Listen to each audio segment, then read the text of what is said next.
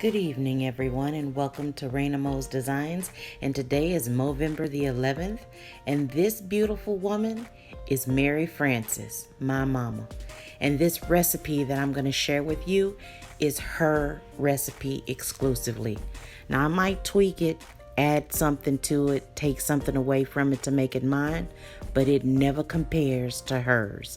You can always tell when somebody is cooking with love, and that's one thing my mama always taught me. So as I show you this video, sharing this recipe with you and your family, please remember, always cook with love. So guys, if you watched MoeVember 10, this is a continuation of that video where I've cut up a whole chicken. So I'm gonna season this chicken with salt and pepper. My mama always used a little bit of garlic powder in hers, but I'm gonna use adobo in mine because that's what I have. You can add paprika, you can add whatever spices you and your family enjoy, but this is a real easy recipe, and it's the best tasting simple chicken dish I've ever encountered. And it's just basically salt, pepper, and garlic, whatever form you like to use your garlic in. Moving over to the stove, I use a skillet, whether it's cast iron or stainless steel, and add some oil in it. Now, my mama always used vegetable oil. I'm using olive oil. I'm also cooking mine at a lower temperature because you don't want your olive oil to oxidize, but use what you have. You know, Crisco vegetable oil was fine for Mary Frances. It'll be fine for you if that's what you want to use. I'm using some olive oil. So what you see is me putting my chicken thighs down, skin side down first, because I want to get color to this chicken. This particular chicken recipe, you know, she calls it steamed chicken. I just call it Mama's chicken because she's the only one I've ever eaten this recipe from. And I've eaten from many people in my life, okay? So I go ahead and season that first side, put it in my pan, skin side down, and now you see me seasoning the back side of my chicken. I don't do that on the cutting board where you saw me season the first side, because once you touch that first side, you're going to take some of the seasonings off. I don't want to waste it, so I keep it in my pan. So here you see that I've seasoned both sides of the chicken, and I'm just going to let that cook until it gets a little bit of color. Once it gets some color, then we'll start on the next side by letting that get a little bit of color. Now y'all know ain't nothing like the sound of some frying chicken, so I'll let you listen for a little bit.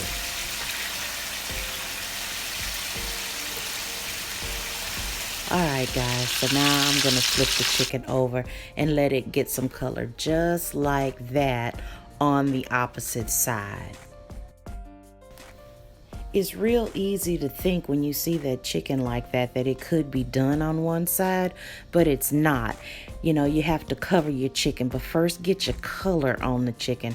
I know I thought that when I was younger, and my mama had to say, no, you got to cover your chicken because it's got to get cooked down to the bone. So here you see me adding my onions, and these are French sliced onions because I love them French sliced. Mama just cut an onion any kind of way. She wasn't very particular. She just didn't like big hunks and chunks of onion in any of her dishes. She really kind of diced her onion, and I think Mama still does that to this day. Now you just saw me add like a splash of water to my chicken. That's because I'm getting ready to cover it with the lid and let it cook on down. I usually lower my fire to about a 2 or a 3. Cover and let it just simmer. Now you'll see I'm just kind of working the onions around, and then I'll put the lid back on it and continue to cover and let it steam.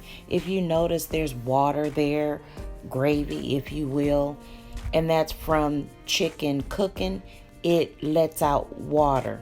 The onions cooking, it'll let out a little bit of water, which equal to flavor. But you don't want to add too much water because of that reason. If I would have added that whole little bowl of water that I put in there, the flavor of the gravy wouldn't be hidden like it does.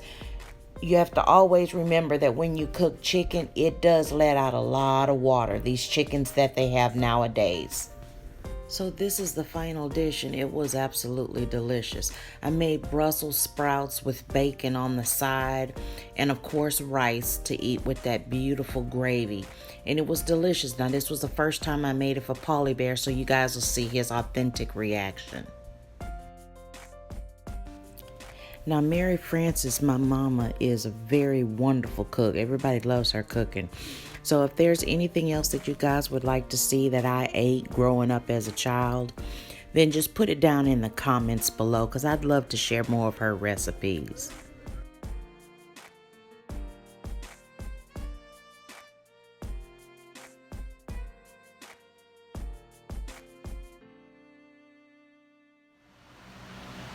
Go ahead and try it, Paulie Bear.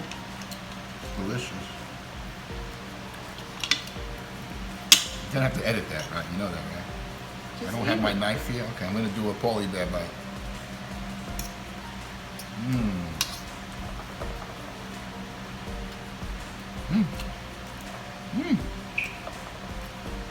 That's Mary Frances' recipe. Oh my God. Say thank you, mother-in-law.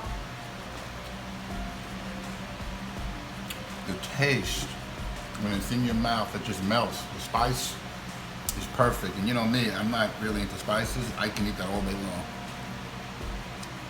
Thank you. You're welcome. Say thank you, mother-in-law.